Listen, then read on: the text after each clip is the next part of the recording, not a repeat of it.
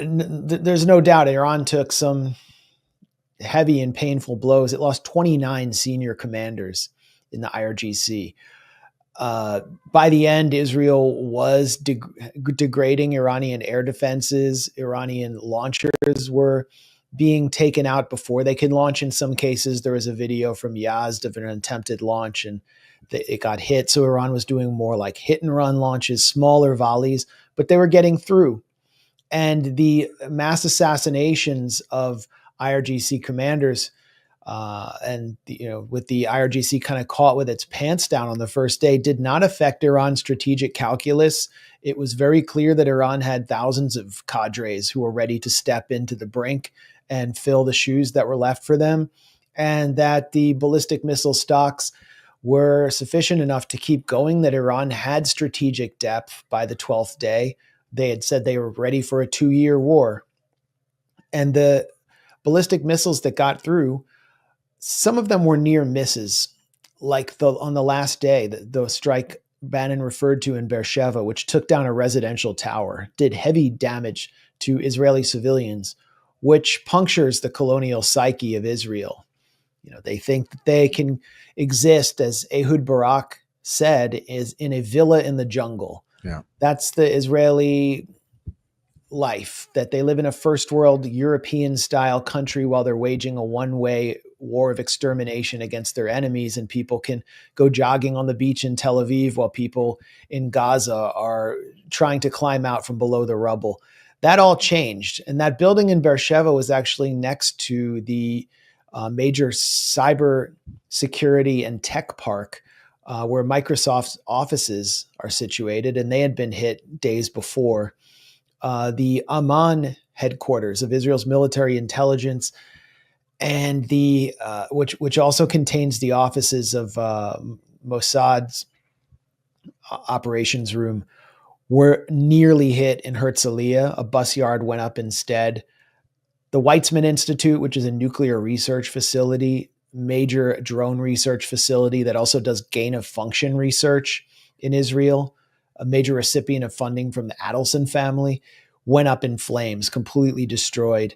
HaKiryah, Israel's Pentagon, which is situated in a civilian neighborhood in North Tel Aviv, its grounds were hit. It was not directly hit.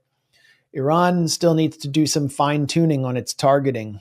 When they do dry runs of these ballistic missiles, they hit their targets perfectly.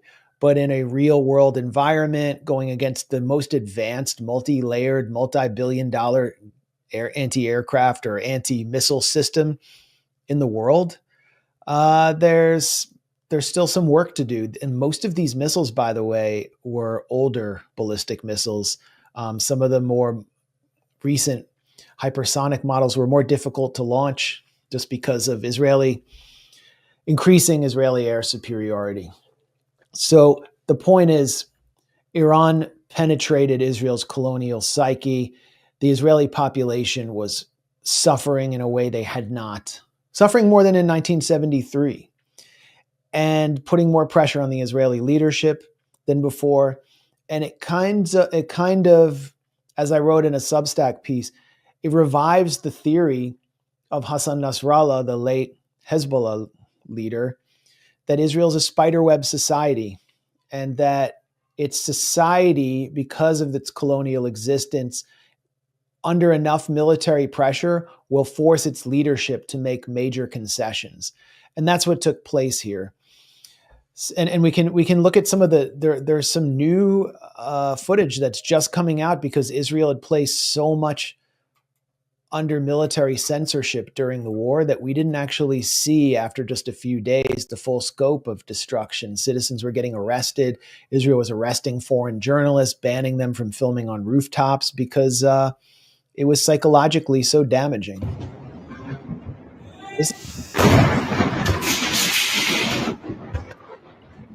It looks like what we see in Gaza.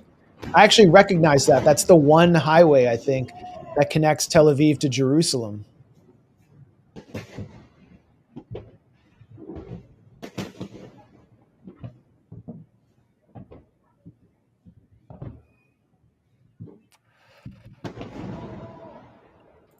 And then, And and you know, these are the same missiles, by the way, that Trump and Netanyahu were insisting Iran voluntarily give up. yeah. It's absolutely Well, it's incredible. mainly Netanyahu.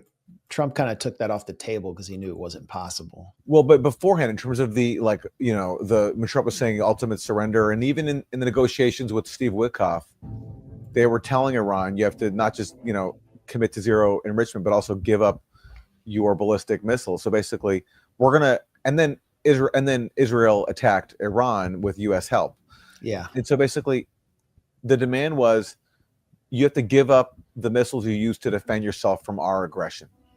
That was basically the U.S. demand. It's just absolutely ridiculous. And if the question for Trump now is whether he will stick to that or not, these maximalist demands.